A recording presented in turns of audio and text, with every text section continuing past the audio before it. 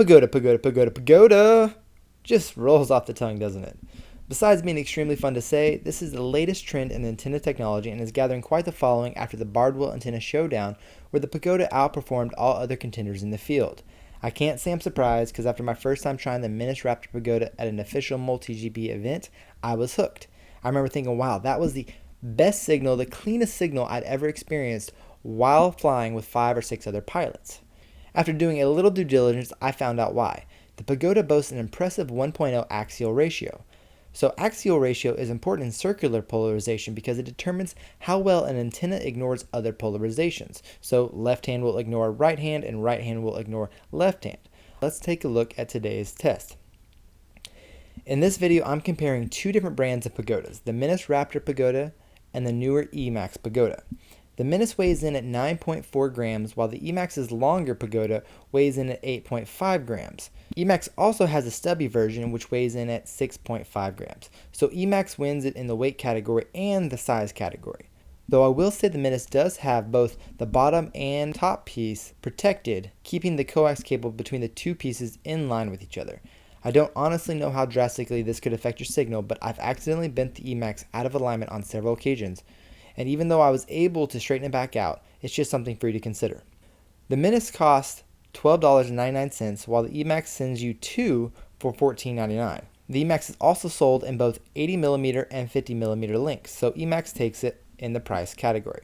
Durability wise, I've had the chance to run both for several weeks, and I've yet to break either to the point of having to trash it. I did break a plastic cap off of a Menace, but the antenna was fine overall, and I was able to put the plastic cap back around and just threw some tape on it, and it was good to go.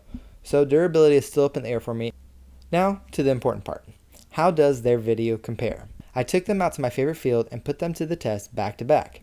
I used the same quad, same placement, and same flight path. I also used the same goggles, which were running a Menace Pagoda and a Menace patch. So let's take a look at some flight video. First up is the Emax.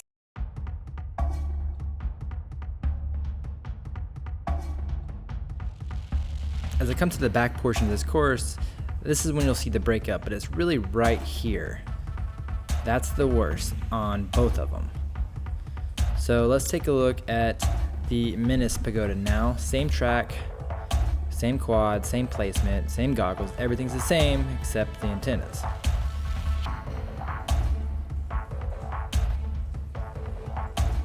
Alright, we'll start getting a little bit of breakup right about here, and then the worst part.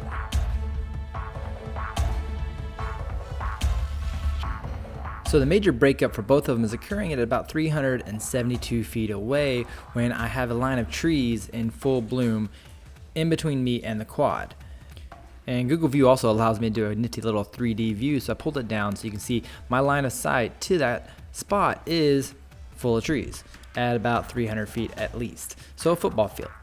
And even so, it was still difficult for me to even tell, watching them back to back, which one was better. They both had breakups at the same spots. They were clear during the open field. And so I'm going to put them up on the screen at the same time and run them through that back section that gave them trouble and see if we can figure out which one was the best. Even running both videos next to each other, it is still a struggle for me to see a major difference between the 2 antennas when it comes to their signal. This right here is both videos running at about 30% full speed, and even when I went frame by frame to count the breakups, they came out so close that I'm going to have to say that when it comes to signal, they are equal. So really, great job to both Emax and Menace for keeping the quality of your pagodas up to par, but unfortunately for Menace, the final factors that would influence me to buy come down to the numbers. As it stands, Emax wins in price, weight, and currently in length of options. I hope this helps you make your decision. I'm Justin Skinner. Thanks for watching.